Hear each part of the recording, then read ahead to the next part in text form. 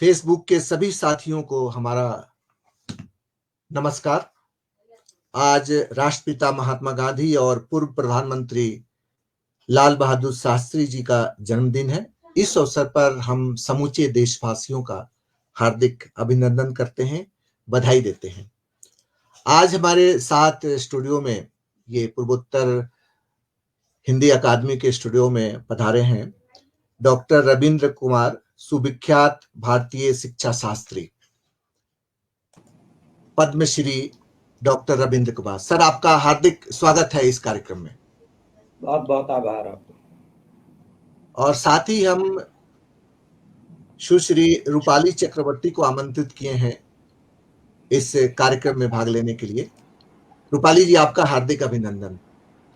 नमस्कार सर, आपका परिचय हमारे साथी जाने इससे पहले हम लोग इस कार्यक्रम की शुरुआत में रूपाली जी से आग्रह करूंगा कि वे गांधी जी का प्रिय भजन हम सभी को सुनाएं। रूपाली जी।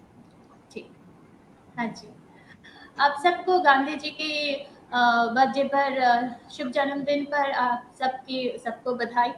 आशा करते हैं कि गांधी जी की जो थॉट है स्वच्छ भारत और एकता में अनेकता, ये सारी हम इसी को लेकर के आगे बढ़े।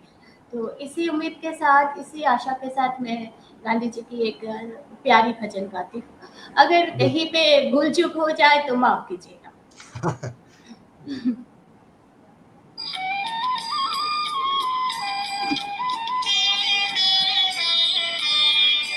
भजन तो तेरी कहे जे पीर पराई जानी रे। वैष्णव जन तो तेरी कहे जे पीर पराई जानी रे। तुम दुखे उपकार करे तो ये मन अभिमान वैष्णव जन तो तेरे कहे जे पीर पराई जाने रे।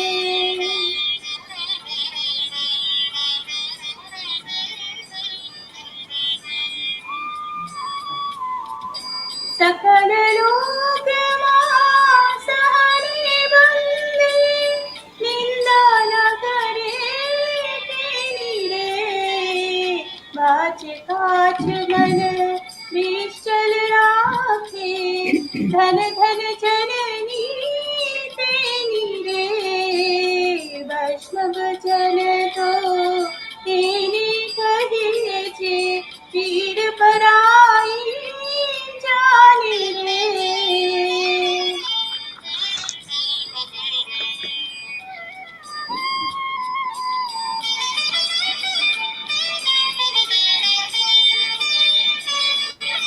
समदृष्टि ने कृष्णा त्यागी परिस्थिति ने मात रे। जी मात किया साकन बोले पर धन नव छाले हाथ रे। वैष्णव जन तो तेने कहिए जे पीर पराई जाने रे।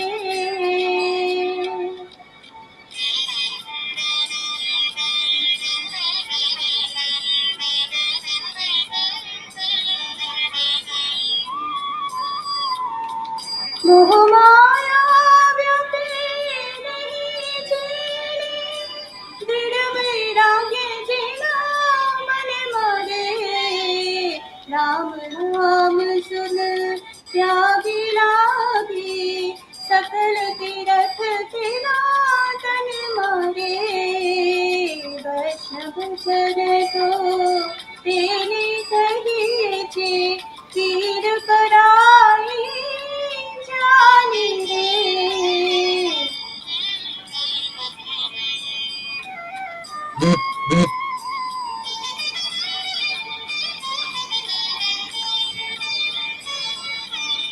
बनलो कपट रहित छे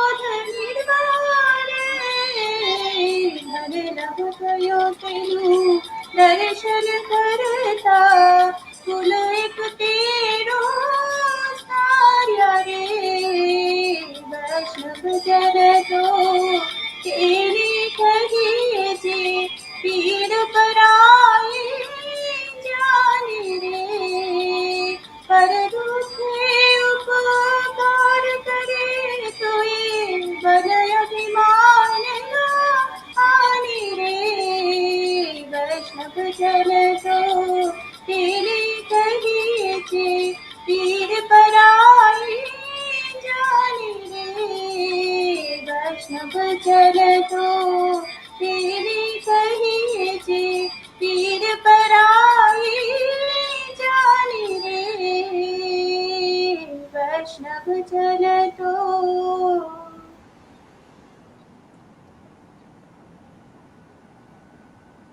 धन्यवाद। बहुत बहुत धन्यवाद रूपाली, बहुत बढ़िया, बहुत सुंदर भजन आपने सुनाया।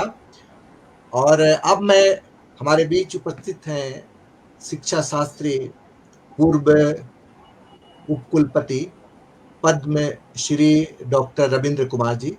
सर, इस अवसर पर, गांधी जयंती के अवसर पर आपके विचार हम चाहेंगे कि आप हमारे साथियों के साथ साझा करें। मैं पूर्वोत्तर हिंदी परिषद शिलोंग का बहुत बहुत आभारी हूँ। राष्ट्रपिता महात्मा गांधी की 150वीं जयंती के समापन वर्ष में मुझे आपने अपने मध्य आने का अवसर प्रदान किया। विशेष रूप से मेरे अपने मित्र डॉक्टर अकेला भाई, जो बहुत ही सुंदर कार्य पश्चिमोत्तर में हिंदी के प्रचार प्रसार के लिए, और जब हिंदी के प्रचार प्रसार की बात हम कहते हैं तो वो वास्तव में एक बहुत बड़ी राष्ट्र सेवा है। तो राष्ट्र सेवा, राष्ट्रीय एकता और अखंडता के लिए आप काम करते हैं। डॉक्टर अकेला भाई, आपको बहुत बहुत साधुवाद। बहुत बहुत धन्यवाद सर, धन्यवाद। मैं राष्ट्रपिता महात्मा गांधी, जो भारत के एक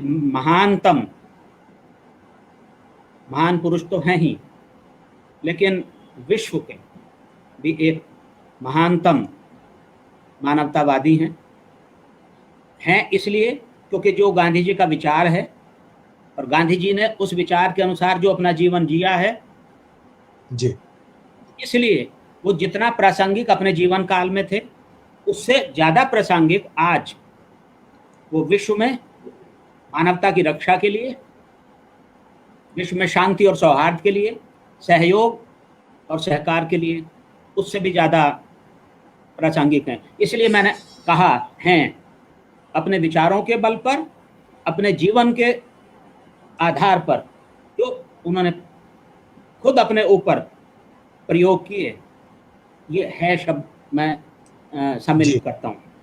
गांधी जी का दर्शन वास्तव में एक बहुत ही उत्कृष्ट दर्शन है। विश्व भर में समय समय पर, हजारों वर्ष का जो इतिहास हमारा कहता है, उसमें जितने भी दर्शन विकसित हुए या स्थापित हुए, उनमें गांधी दर्शन अपना विशेष महत्व रखता है। और जब गांधी दर्शन की हम बात करते हैं तो गांधी दर्शन भारतीय दर्शन का एक बहुत सुथरा, एक बहुत सुंदर रूप है, भारतीय दर्शन का स्वयं प्रकट करता है। गांधी जी सार्वभौमिक एकता और अविभाज्य समग्रता में विश्वास करते हैं, जो वास्तव में भारतीय दर्शन का मूल है। ये वही दर्शन है जिसको अद्वैत कहते हैं, जिसके बहुत बड़े व्याख्याकार और प्रमुख व्याख्याकार हमारे आदि शंकराचार्य हैं। ये दर्शन जीवन के प्रत्येक क्षेत्र की परस्पर निर्भरता की बात करता है। ये दर्शन सर्व समानता की बात करता है, और जब सर्व समानता की हम बात करते हैं तो केवल मनुष्य के बीच की समानता नहीं करते, लेकिन चूंकि सब में आत्मा विद्यमान है, सभी एक परमात्मा से, ब्रह्म से या एक परम सत्ता से निर्गत हैं, इसलिए प्राणी एकता की बात करता है। तो गांधी दर्शन विशेष रूप से हमें यह संदेश देता है कि प्राणी मात्र का स्रोत एक है, प्राणी मात्र का कल्याण करना मनुष्य का परम कर्तव्य है, क्योंकि मनुष्य सृष्टि में सर्वश्रेष्ठ प्राणी है। मनुष्य के पास बुद्धि है, मनुष्य के पास रचनात्मकता है। तो इन दो अतिश्रेष्ठ गुणों के आधार पर, और ये दोनों गुण हमें परम सत्ता ने प्रदान किए हैं, तो मनुष्य का ये परम कर्तव्य है कि वह प्राणी मात्र के कल्याण के लिए कार्य करे। मनुष्य प्रत्येक प्राणी के प्रति सद्भाव रखे, और ये प्राणी मात्र के प्रति जब सद्भाव की बात है तो वास्तव में यही अहिंसा की मूल भावना है। वो अहिंसा जिसके ऊपर गांधी दर्शन टिका है, और साथ साथ अब उसका अहिंसा का जो परीक्षण है, वो जो हमारा कार्य है, जो हमारा कृत्य है, उस कृत्य के पीछे रहने वाली भावना हमारी अहिंसा का या हिंसा का निर्धारण करती है। अगर हम प्राणी मात्र के कल्याण के लिए बिना कोई द्वेष रखे, बिना कोई अपना निजी स्वार्थ रखे, विशुद्ध रूप में उसके शारीरिक और आध्यात्मिक कल्याण के लिए कार्य करते हैं, तो वास्तव में वह कार्य अहिंसा आधारित कार्य है।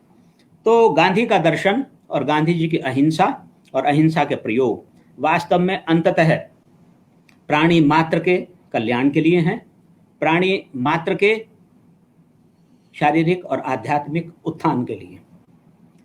अब चूंकि मैंने कहा कि मनुष्य के पास बुद्धि है, मनुष्य के पास रचनात्मकता है, ये सर्वश्रेष्ठ प्राणी है, तो यहाँ प्राथमिकता से गांधी दर्शन मानव समानता की बात करता है। मानव समानता को हम सिद्धांत रूप में स्वीकार करते हैं। हम ये मानते हैं कि सबका जो उद्भव हुआ या सबका जो निकास है उसके पीछे एक सत्ता है, या मान लिया कि भाई भगवान, परमात्मा या ईश्वर वो हम सबका स्वामी है, हम सब उसी के स्रोत से उत्पन्न होते हैं, या उसी के जो सार्वभौमिक नियम है उससे संचालित होते हैं। हम ये मानते हैं, और विशेष रूप से हम जैसे लोग, मेरे जैसे लोग और अकेला भाई जैसे लोग जो ईश्वर की सत्ता में विश्वास करते हैं, वो तो ये मानते हैं कि भाई हमारा स्रोत एक है, हम सब एक हैं। लेकिन इसको मानने के बावजूद भी व्यवहार में समानता का व्यवहार करना ही सबसे मुश्किल कार्य है, और हमारे अंदर प्रतिस्पर्धा और ईर्ष्या जैसी जो अस्थायी प्रवृत्तियां हैं, अस्थायी हैं, स्थायी नहीं हैं, तो ये प्रवृत्तियां हम लोगों को दूसरों के ऊपर शासन करने के लिए, दूसरों से आगे बढ़ने के लिए, उनकी कीमत पर अपना विकास करने के लिए, जिसको हम एक तरफा विकास कहते हैं, ये प्रवृत्तियां हमें अस्थायी रूप से प्रेरित करती हैं निरंतर। इन प्रवृत्तियों से पार पाना और अपने ही कल्याण में, क्योंकि मैं बहुत इंपॉर्टेंट बात कह रहा हूं, अपने कल्याण को विश्व कल्याण के साथ, जगत कल्याण के साथ, या समष्टि कल्याण के साथ, सबके कल्याण के साथ जोड़ करके चलना, वास्तव में वो सबका कल्याण है। मेरा अपना कल्याण अन्यों के साथ, अन्यों के कल्याण में सम्मिलित है। तो महात्मा गांधी का दर्शन इस सत्यता को समर्पित है, समानता, और समानता के साथ सर्व विकास, और सर्व विकास में ही अपना विकास, क्योंकि जब गांधी जी कहते हैं अंत्योदय, अंतिम व्यक्ति तक का उदय, और अंत्योदय से सर्वोदय, सबका विकास, तो इसके मूल में यह भावना है। आज गांधी जी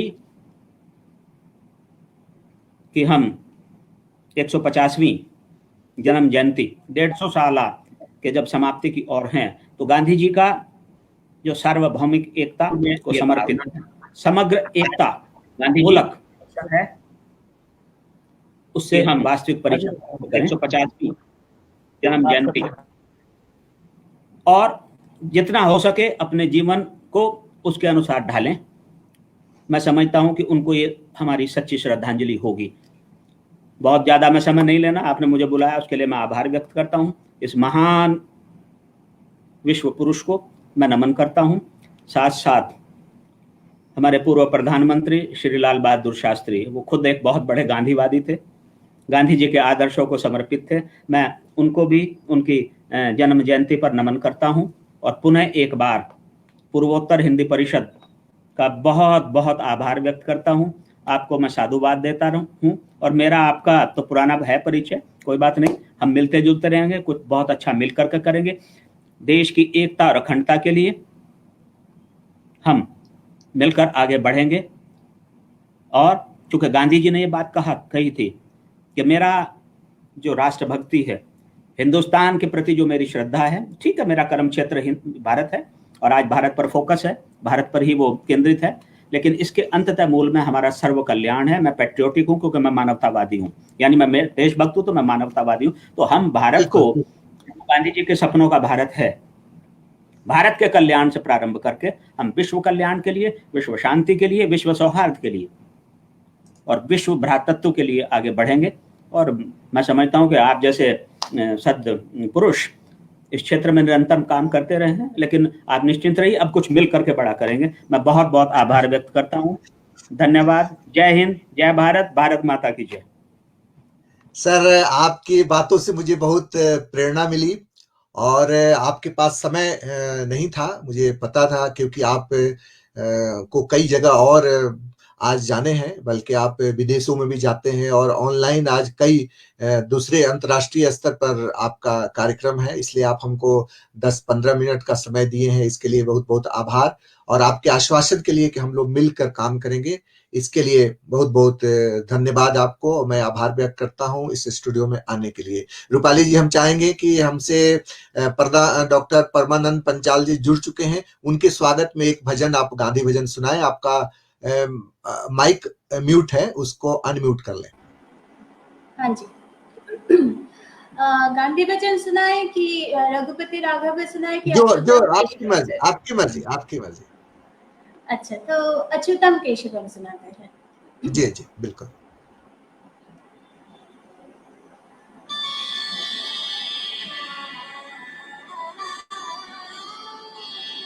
सबको एक बार जय श्री कृष्णा।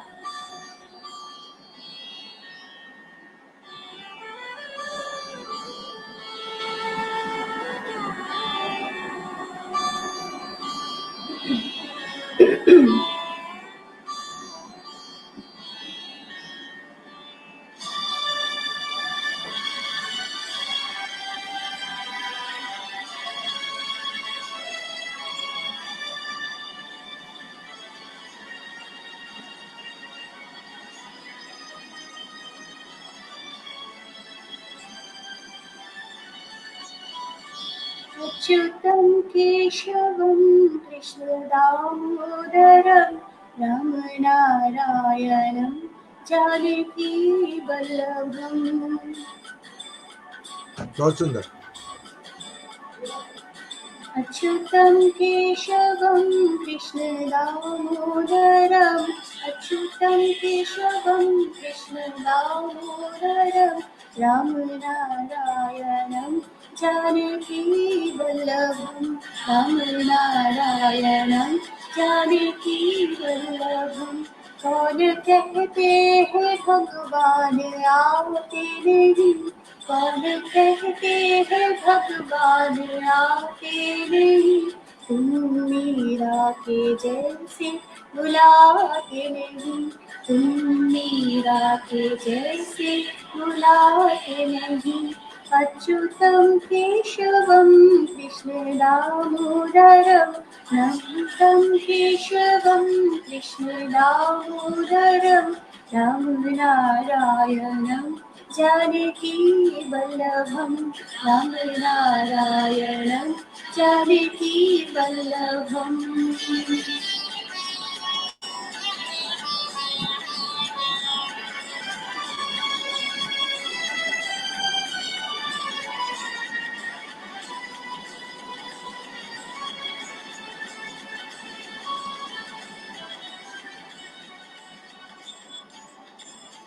कौन कहते हैं भगवान खाते नहीं, कौन कहते हैं भगवान खाते नहीं, तुम चमड़े के जैसे खिलाते नहीं, तुम सबरी के जैसे खिलाते नहीं।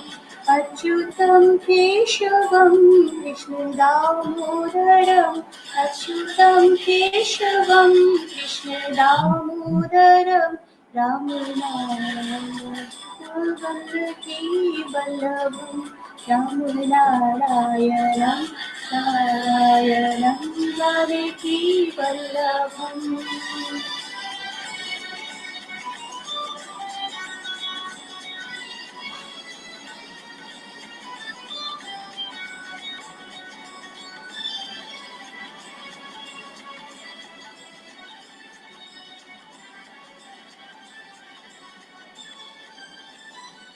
कौन कहते हैं भगवान सोते नहीं, कौन कहते हैं भगवान सोते नहीं, माँ यशोदा के जैसे सुलाते नहीं, माँ यशोदा के जैसे सुलाते नहीं। अच्युतं केशवं कृष्ण दामोदरम्, अच्युतं केशवं कृष्ण दामोदरं, राम नारायणं जानकी वल्लभं, राम नारायणं जानकी वल्लभम्।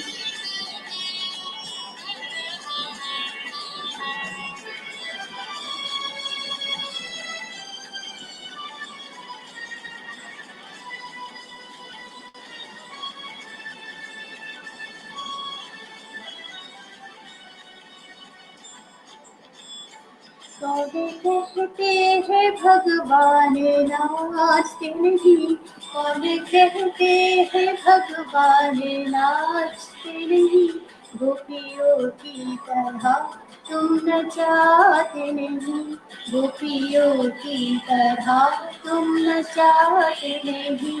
अच्युतं केशवं कृष्ण दामोदरम्, अच्युतं केशवं कृष्ण दामोदरं, राम नारायणं जानकी वल्लभं, राम नारायणं जानकी वल्लभम्।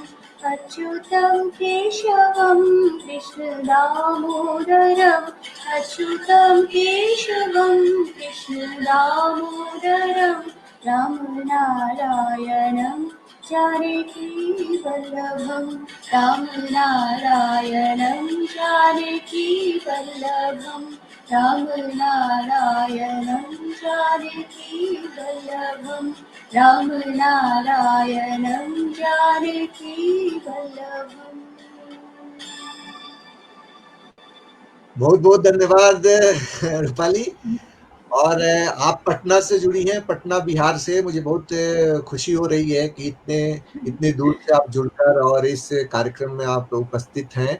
हमारे लिए गौरव की बात है। बहुत दिनों मुझे से भी आपके बहुत खुशी हो रही है।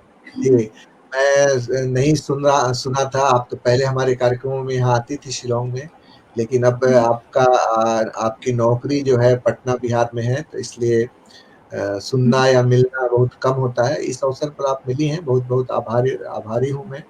और हमारे साथ डॉक्टर परमानंद पंचाल जी जुड़ चुके हैं, जो नागरी लिपि परिषद नई दिल्ली के पूर्व महासचिव हैं। अब जैसे ये आते हैं स्टूडियो में, वैसे हम उनसे बातचीत करेंगे, लेकिन इसके पहले हम ये चाहेंगे कि आप एक और भजन हमारे साथियों को सुनाएँ।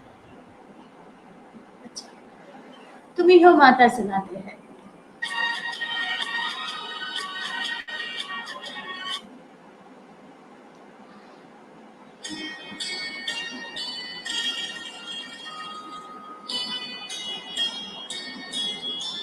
धन्यवाद अरुणा जी।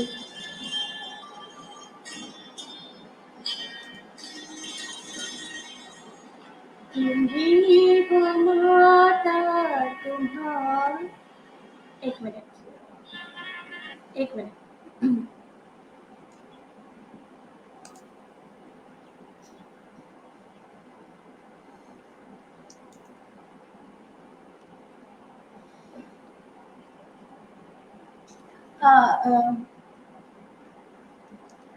हम दूसरा गाना सुनाते हैं, रघुपति राघव। वो शायद उसके कैरोके में कुछ प्रॉब्लम आ गया है।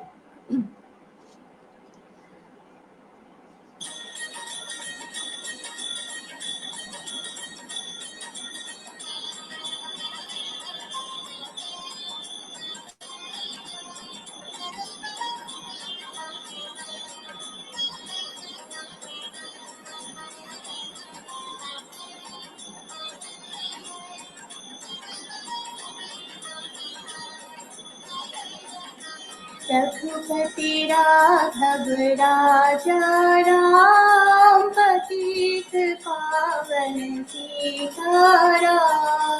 रघुपति राघव राजा राम, पतित पावन सीताराम। रघुपति राघव राजा राम, पतित पावन सीताराम। रघुपति राघव राजा राम, पतित पावन सीताराम। सीताराम सीताराम, लक्ष्मण प्यारे सीताराम। सीताराम सीताराम, लक्ष्मण प्यारे सीताराम। रघुपति राघव राजा राम, पतित पावन सीताराम। रघुपति राघव राजा राम, पतित पावन सीताराम।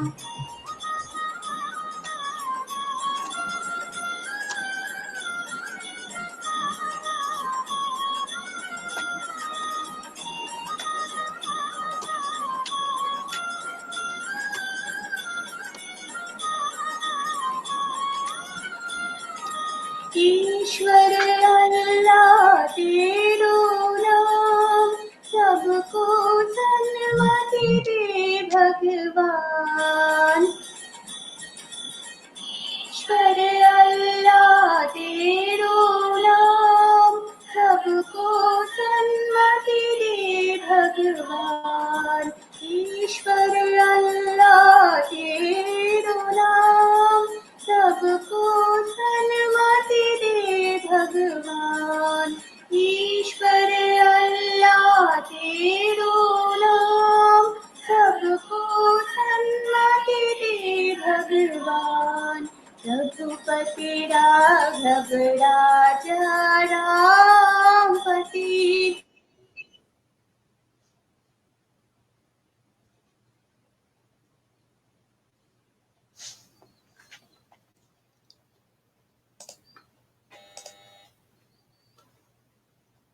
बहुत बहुत धन्यवाद रूपाली। लगता है आपसे संपर्क छूट गया है। और इसके बाद अब मैं आमंत्रित करना चाहूंगा डॉक्टर परमानंद पंचाल, पूर्व महामंत्री नागरिक परिषद नई दिल्ली। पंचाल सर, आपका बहुत बहुत स्वागत है इस कार्यक्रम में। बहुत बहुत स्वागत। आपकी तबीयत कैसी है सर? आपकी तबीयत कैसी है? हेलो हेलो हेलो,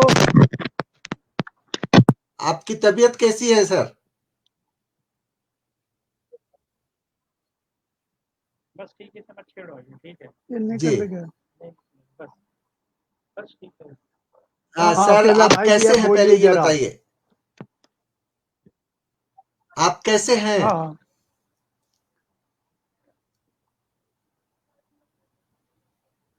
हमारी आवाज सुन रहे हैं? अच्छा, बहुत बढ़िया। मैं ठीक हूँ। हाँ सर, आज पूर्व प्रधानमंत्री लाल बहादुर शास्त्री और राष्ट्रपिता महात्मा गांधी, इन दोनों विभूतियों का जन्मदिन है। इस अवसर पर हमने आपको यहाँ आमंत्रित किया कुछ बातचीत करने के लिए, क्योंकि महात्मा गांधी भी, शास्त्री जी भी नागरी लिपि, हिंदी, ये सबसे उन लोगों का जुड़ाव था और वे लोग चाहते थे कि भारत की एकता, भारत की अखंडता के लिए इस भाषा का प्रचार प्रसार हो। और मैं सौभाग्यशाली हूं कि आपके साथ मिलकर काफी काम करने का मौका मिला। आपने मुझे अवसर दिया, पूर्वोत्तर हिंदी अकादमी को अवसर दिया पूरे पूर्वोत्तर भारत में काम करने का। आप जितना दिन रहे मैं आपके साथ जुड़ा रहा। तो मैं चाहता हूं कि अब आप पूर्वोत्तर क्षेत्र के लिए, हम लोग जो हमारे साथी हैं उनके लिए आपका क्या संदेश रहेगा, या नागरी लिपि परिषद से जो लोग जुड़े हुए हैं दिल्ली में, उनके लिए आपका क्या संदेश रहेगा?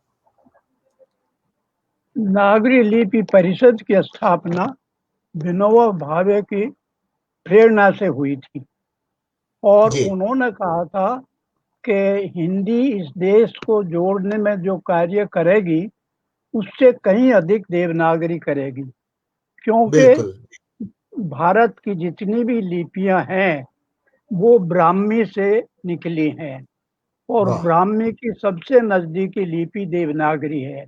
तो देवनागरी के कारण पूरा भारत जुड़ जाता है, चाहे वो जी दक्षिण की लिपि हो, तमिल हो, तेलुगु हो, कन्नड़ हो या बंगला हो, असमिया हो, सब की सब ब्राह्मी लिपि से निकली है।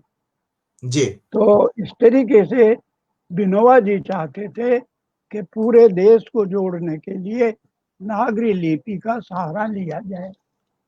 जी बोली पे तो उन्होंने नागरी लिपि परिषद की स्थापना में योगदान दिया और वो तभी से चल रही है। अब वो दिल्ली में उसका कार्यालय है, मैं उसका अध्यक्ष हूँ अभी, पहले अच्छा। मैं महामंत्री था, अब उसका मैं जी अध्यक्ष हूँ। जी हेलो। जी जी सुन रहे हैं सर, आप बताइए। नागरी आपकी लिपि आवाज। परिषद, जी ठीक है, आप बोलते रहो ना। आप नागरी बोल। लिपि परिषद जो है वो पूरे देश को जोड़ने का काम करती है। हमारे देश में भाषाएं हैं, सब भाषाएं ब्राह्मी लिपि से उद्भूत उनकी लिपियां हैं। जी आपकी असमी भी ब्राह्मी से ही निकली है।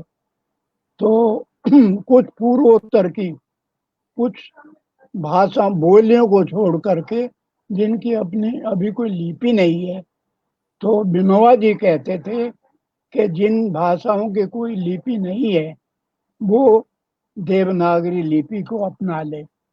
बूढ़ों ने ऐसा ही किया और असमिया में पहले से ही असमिया लिपि है जो कि ब्राह्मी से निकली है।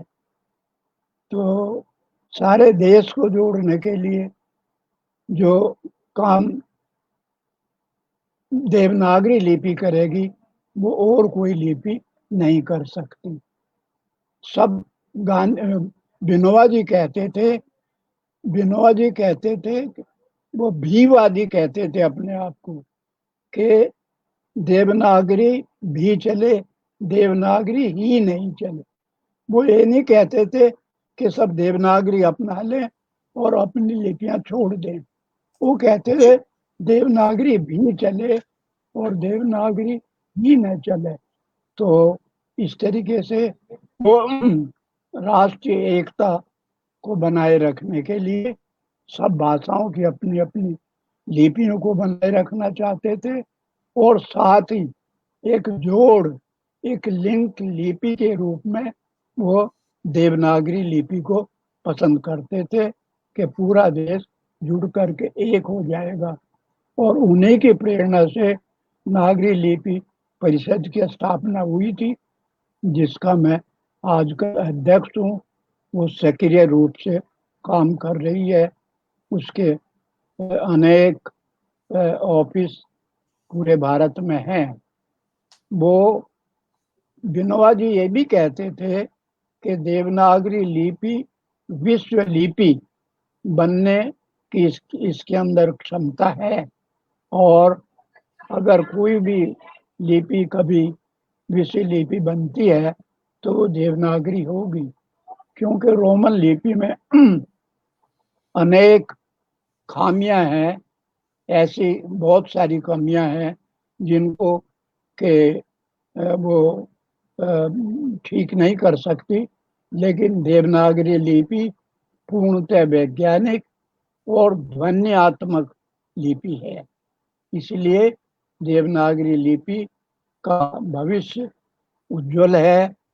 अभी वो भारत में फैल रही है, इसके बाद में फिर वो विश्व लिपि के रूप में प्रतिष्ठित होने की क्षमता रखती है। जी बहुत बहुत धन्यवाद पंचाल सर। अच्छा, अब आपका जो प्रयास था मिजोरम में और अरुणाचल प्रदेश में नागरी लिपि के प्रचार प्रसार का, तो उसके लिए आपका परिषद क्या कर रहा है? नागरी लिपि परिषद क्या कर रही है? नागरी लिपि परिषद एक पत्रिका निकालती है, नागरी संगम। जी। और वो नागरी संगम में सभी के लेख इनवाइट करती है और उसमें सबके लेख पूरे भारत के विद्वानों के छपते हैं। उनकी अपनी भाषाओं का भी उल्लेख होता है। तो देवनागरी लिपि परिषद, नागरी लिपि परिषद देवनागरी लिपि के प्रचार प्रसार में देश में और विदेशों में काम कर रही है। नागरी लिपि कई सम्मेलन बाहर भी हो चुके हैं। मुझे मॉरिशस में विश्व हिंदी सम्मेलन हुआ, उसमें नागरी लिपि में बोलने का अवसर मिला। इसी तरीके से दक्षिण अफ्रीका में विश्व सम्मेलन हुआ, उसमें मैं गया और वहाँ पर भी एक दिन देवनागरी लिपि पर चर्चा हुई। तो जहाँ हिंदी है, भारतीय भाषाएं हैं, उन सब के साथ देवनागरी लिपि पूरी तरह से सजग है, लगी हुई है। और वो दिन दूर नहीं, विनोबा जी ये चाहते थे कि सारे देश अपनी अपनी लिपियों के साथ देवनागरी लिपि को भी वैकल्पिक लिपि के रूप में अपना लें। मतलब आपका परिषद का ये मानना है कि नागरी लिपि को भी लिखें, नागरी लिपि का भी प्रयोग किया जाए। अच्छा, पूर्वोत्तर में बहुत सारी बोलियां हैं, उनके लिए आपकी नागरी लिपि परिषद क्या प्रयास कर रही है कि उन बोलियों को जिनके पास उनकी अपनी लिपि नहीं है, वे लोग क्या कर सकते हैं? देखिए, सबसे पहले महात्मा गांधी ने इस जी, बात को समझा कि जी, हिंदी इस देश की राष्ट्रभाषा हो सकती। आप जी, जानते हैं कि भारत में कई भाषाएं हैं, जी, कई भाषाएं हैं बिल्कुल, बिल्कुल, और ठीक है। और वे विकसित भी हैं। और जी, मुझे ये कहने में भी कोई वो नहीं है गुरेज कि हिंदी से अधिक विकसित भारत में कई भाषाएं हैं। बिल्कुल। तमिल जिसमें से मानी जा सकती है, संस्कृत पहले से ही विकसित है। फिर भी विनोबा जी ने ये कहा कि देवनागरी लिपि एक ऐसी लिपि है जिसको अगर विकसित किया जाए तो पूरे देश को जोड़ सकती है। जी, नागरी लिपि परिषद विनोबा जी द्वारा की प्रेरणा से संस्थापित संस्था है और हम उसी में काम करते हैं। वहाँ पर एक पत्रिका नागरी संगम निकलती है जो देश विदेश में जाती है। जी, उसमें लोग अपनी लिपियों के साथ साथ देवनागरी लिपि का भी जिक्र करते हैं। तो ये एक बहुत बड़ा राष्ट्रीय कार्य है जो कि देश को जोड़ने में सहायक होगा। जी। अच्छा, आज महात्मा गांधी, राष्ट्रपिता महात्मा गांधी का जन्मदिन है। इस अवसर पर आप क्या संदेश देना चाहेंगे अपने देशवासियों को और हमारे साथियों को? महात्मा गांधी इस देश के ऐसे नेता थे जिन्होंने कि आज़ादी दिलाने में सबसे महत्वपूर्ण भूमिका निभाई। वैसे तो आज़ादी की लड़ाई में पूरे देश के अलग अलग क्षेत्रों से लोगों ने बलिदान दिए हैं, लेकिन गांधी जी ने जब वो दक्षिण अफ्रीका से आए तो उन्होंने यही सोचा कि इस देश को जोड़ने में जो काम देवनागरी दे सकती है वो कोई और नहीं दे सकती। तो गांधी जी ने इसको पूरे देश को जोड़ने के लिए कांग्रेस को सही रास्ता दिखाया और उसके साथ साथ उन्होंने देवनागरी लिपि के प्रचार पर भी बल दिया।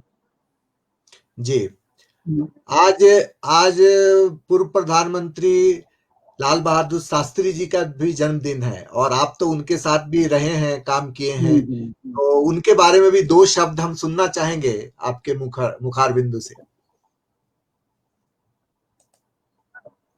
देखिए, आज 2 जन्मदिन हैं, जैसा कि आपने जी, बताया, लाल बहादुर शास्त्री जी का भी जन्मदिन है। जी, लाल बहादुर शास्त्री जी को मैंने बड़े निकट से देखा है जी, और वो कहते थे कि इस देश जब वो चले गए तो शहीद हो गए थे उधर वहाँ रूस चले गए थे, तो उससे पहले वो यहाँ मिले थे और दिल्ली में उन्होंने कहा था कि इस देश को जोड़ने के लिए जो काम गांधी जी ने किया है, हम उसी मार्ग को आगे बढ़ा रहे हैं और उसी पर आगे चल रहे हैं और ये देश जो है जुड़ जाएगा। लेकिन बदकिस्मती से वो अधिक दिन जीवित नहीं रह सके और वो उनका स्वप्न उनके साथ ही रहा। उसके बाद में जो नेता हुए हैं, उन लोगों ने मैं समझता हूँ कि जो भावना लाल बहादुर शास्त्री जी में थी, वो उतनी नहीं है, नहीं तो ये देश बहुत आगे तरक्की कर जाता और आज के प्रधानमंत्री इस कार्य को कर रहे हैं। मुझे ये बड़ी प्रसन्नता के साथ कहना पड़ रहा है कि आज के हमारे जो प्रधानमंत्री हैं, वो उसी दिशा में आगे बढ़ रहे हैं और जो लाल बहादुर शास्त्री जी का अधूरा कार्य रह गया था, उसको वे पूरा करेंगे और देश जुड़ कर के एक होगा। ये पूरे विश्व में भारत की जो छवि है वो बरकरार रहेगी, वो बनेगी। मैं उनको इसके लिए भी बधाई देता हूँ। आज कई नेताओं का कई एक बहुत ही सुंदर दिन है, कई का जन्मदिन है, कई आज सितंबर में दिन और रात मिलकर के भी एक हो रहे हैं। तो ये सब चीज़ों को देखते हुए मैं पूरे देश के निवासियों को बधाई देता हूँ कि वो गांधी जी के मार्ग पर आगे चलें और उनके मिशन को पूरा करें, विनोबा जी के मिशन को पूरा करें और लाल बहादुर शास्त्री के मिशन को पूरा करें। तो अच्छा, इसी तरीके से ये देश आगे बढ़ेगा। जी। अच्छा पंचाल सर, हम एक सवाल आपसे जानना चाहेंगे, चूँकि हम लोग पूर्वोत्तर भारत में अभी कार्य करते हैं, तो आपका जो प्रोजेक्ट अरुणाचल प्रदेश का था कि अरुणाचल के बोलियों के लिए आप नागरी लिपि को प्रोत्साहित करेंगे, तो वहाँ पर किस तरह का काम चल रहा है अरुणाचल प्रदेश में? अरुणाचल प्रदेश में नागरी लिपि परिषद किस तरह से अपना विस्तार कर रही है? हाँ, दोबारा दोबारा कहो।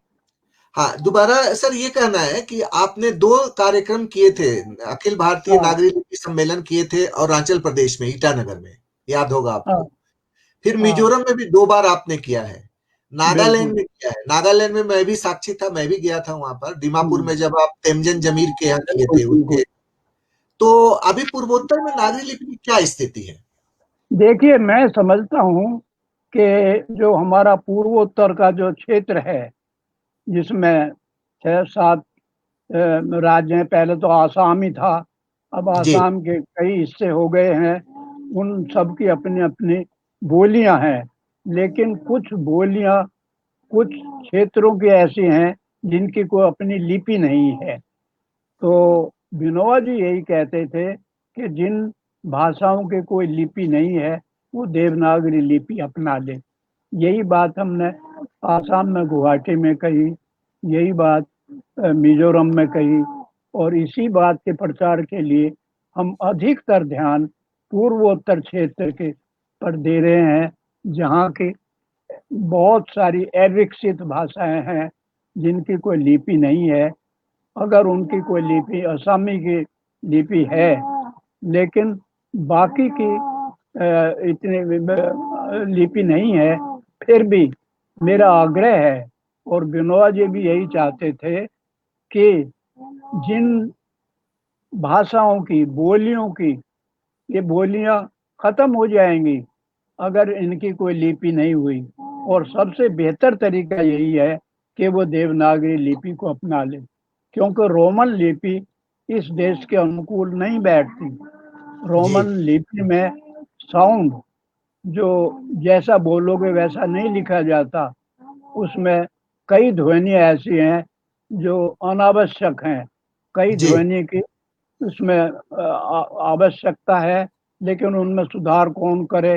ये सुधार उसमें ये चूंकि वो पूरे विश्व में फैल गई है, तो ये हमारा कार्य नहीं है, लेकिन हम देवनागरी लिपि को चाहते हैं कि ये देश की नहीं विश्व लिपि बने, और आगे एक दिन ऐसा जरूर आएगा जबकि ये विश्व लिपि हो जाएगी। बहुत बहुत धन्यवाद पंचाल साहब, आपका आशीर्वाद तो हमारे ऊपर काफी बना रहा है पहले से, और हम चाहते हैं कि आगे भी हमारी सफलता की आप कामना कीजिए, मुझे आशीर्वाद दीजिए कि मैं नागरी लिपि के लिए, हिंदी के लिए पूर्वोत्तर क्षेत्र ही नहीं बल्कि पूरे भारत में काम कर सकूं। आपके आशीर्वाद की मुझे बहुत जरूरत है। अकेला भाई जी, आप उधर देवनागरी नहीं हिंदी के लिए बहुत कार्य कर रहे हैं। पूर्वोत्तर में जो कार्य किया है उसकी प्रशंसा मैं हमेशा करूंगा। वहाँ पर आप हालांकि सरकारी सेवा में थे, लेकिन अब वहाँ पर बस गए हैं, तो वहाँ आपके बसने से बहुत बड़ा कार्य हो रहा है। हिंदी और देवनागरी फैल रही है, ये आपका एक मिशन है। मैं आपको बधाई देता हूँ। बहुत बहुत धन्यवाद सर, हमसे जुड़ने के लिए और इतनी सारी बातें बताने के लिए। हमारे बहुत से साथी जुड़े हुए हैं इस कार्यक्रम से, और आपको देखकर उन्हें बहुत अच्छा लग रहा है, उनकी प्रतिक्रियाएं आ रही हैं। आपको बहुत बहुत धन्यवाद सर, बहुत बहुत धन्यवाद और आभार। कभी अवसर मिलेगा तो उधर हम आएंगे। बहुत बहुत जी सर, धन्यवाद। बहुत बहुत धन्यवाद, बहुत धन्यवाद। हो गया। जी सर।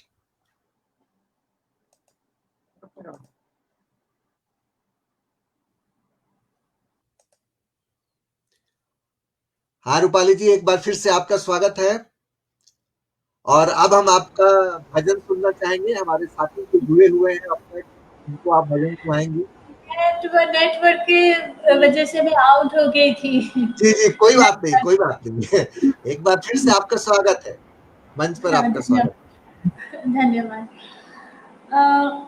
मैं क्या सुनाऊँ, वही गाना सुनाऊँ कि दूसरा कुछ सुनाऊँ? आपकी मर्जी, जो भी भजन सुनाइए, गजल सुनाइए, गाना सुनाइए। ये कार्यक्रम था वास्तव में लाल बहादुर शास्त्री जी का और राष्ट्रपिता महात्मा गांधी जी के जन्मदिन के अवसर पर, तो आप भजन ही सुनाएं तो ज्यादा बेहतर रहेगा। ठीक है। तो फिर मैं सुनाती हूँ एक बहुत ही पुरानी भजन गीत, जी तुम ही हो माता पिता तुम ही हो। जी जी, बहुत सुंदर, बहुत सुंदर। आशा करती हूँ इस बार नेटवर्क का प्रॉब्लम नहीं होगा। आपके बिहार में तो नेटवर्क का प्रॉब्लम नहीं होना चाहिए, वो भी पटना राजधानी से आप बात कर रही हैं। वो होती रहती है। ठीक है, चलिए।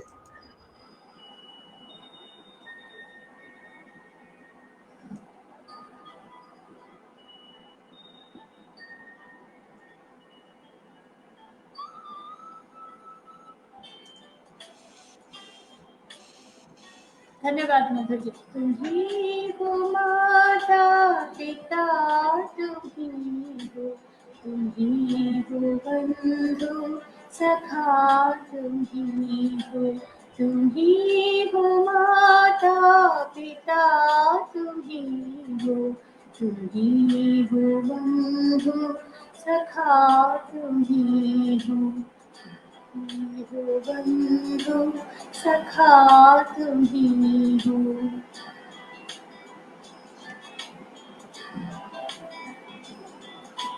तुम्ही हो साथी तुम्ही सहारे, कोई ना अपना सिवा तुम्हारे।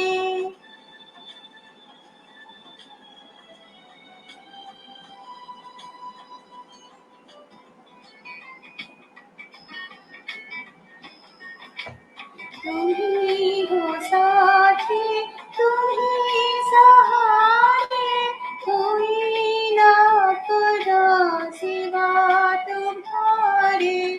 तुम्ही हो नैया तुम्ही खिवैया, तुम्ही हो बंधु सखा तुम ही हो, तुम ही हो माता पिता, तुम ही हो, तुम ही हो बंधु सखा, तुम ही हो बंधु सखा, तुम ही हो।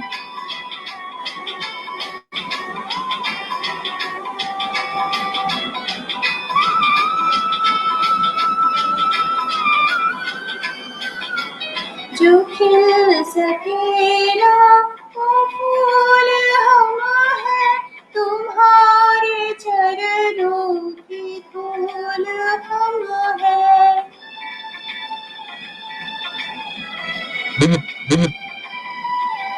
जो खिल सके ना वो फूल हम हैं, तुम्हारे चरणों की धूल हम हैं।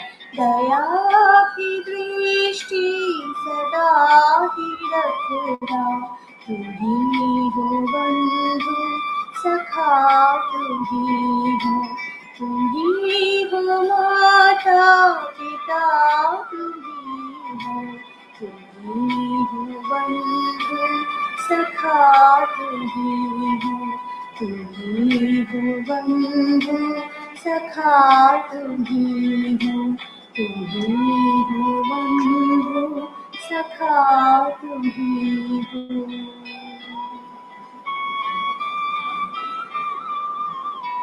धन्यवाद। बहुत बहुत धन्यवाद रूपाली, बहुत अच्छा लगा आज इस कार्यक्रम में आप भी आई और हमारे दो महान हस्तियां भी इस कार्यक्रम में आई। अब मैं जो श्रोता हमें इस कार्यक्रम के लिए प्रतिक्रिया भेजे उनको मैं धन्यवाद देना चाहूंगा। सुबोध नानावती जी, डॉक्टर अरुणा, नीता शर्मा, मधु शंकदर, आप सभी ने इस कार्यक्रम में अपनी प्रतिक्रियाएं दी हैं, इससे हमारा मनोबल बढ़ा, उत्साह बढ़ा। आप सभी को धन्यवाद। रूपाली जी आपको भी धन्यवाद, और नानावती जी और साथ ही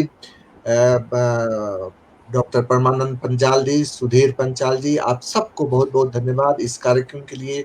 प्रत्यक्ष रूप से और परोक्ष रूप से जिन लोगों ने हमारा सहयोग किया उन सबको बहुत बहुत धन्यवाद। और इसी के साथ आज का ये प्रसारण अभी समाप्त होता है। धन्यवाद।